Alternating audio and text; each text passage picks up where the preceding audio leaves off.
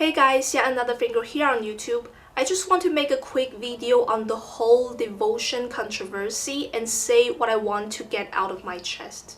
So if you haven't heard about this yet, the game Devotion was supposedly back on sale on the platform GOG yesterday. But almost immediately it was removed due to quote-unquote many messages from gamers.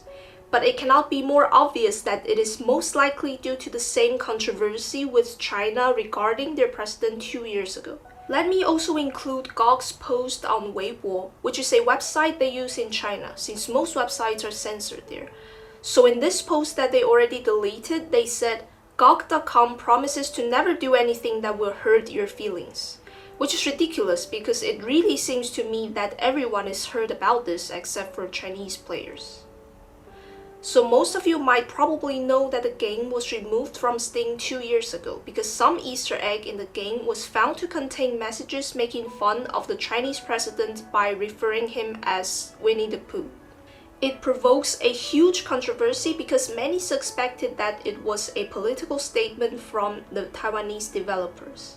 Simply put, it is true that Taiwan is not internationally recognized as a country, but it is also true that Taiwan is not a part of the People's Republic of China, never has been. But despite that, China has always claimed that Taiwan is theirs, and this is definitely not the first time they use their money and power to oppress something from Taiwan.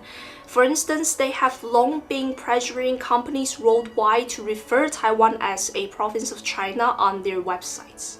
Now, I don't want to make this extremely one-sided, only blaming on China's and game platforms' censorship on this game. In their defense, 2 years ago, the main company behind Red Candle was 100% invested by China. So I do understand that Red Candle needed to more or less respect how things were there. And it was definitely a bit inappropriate for them to include such message in their game and on top of that deceived their Chinese supporters, intentionally or not. So I kind of feel like the removal from Steam 2 years ago is somewhat understandable. However, as far as it goes, the related companies have already ended their partnership with Red Candle 2 years ago when that happened. And it does seem like this time Red Candle is selling the game all on their own. In this case, I definitely think as much as China have the right to continue to ban the game completely in China, they should not be given the right to ban it from the rest of the world. Which also brings me to my next point, to see that China has once again been allowed to use their money and power to deprive Taiwanese developers of their freedom to release the game which they rightfully hold is just disappointing, at least for me. Essentially, this is a game made in Taiwan, in which we have the freedom of speech and thought to the fullest extent. We have been democratic since 1996. We are free to use Google and YouTube without the need of VPN. We can say anything we want about the Taiwanese government, which by the way, we voted out without any direct interference from China. We are so accepting of different voices that we are the first ever Asian country to legalize gay marriage. And to constantly see that that freedom meant nothing in front of the amount of money China has is truly depressing. I also find it very ironic since the other game Detention is literally about censorship and restriction on freedom.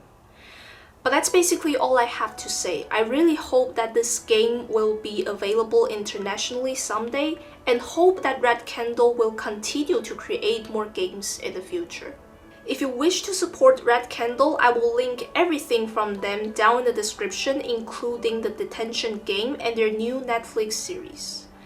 Finally, many of these are just my personal opinion. You don't have to agree with me, and if you do have some thoughts on this matter, feel free to comment, but please remain respectful. Thank you for hearing me out.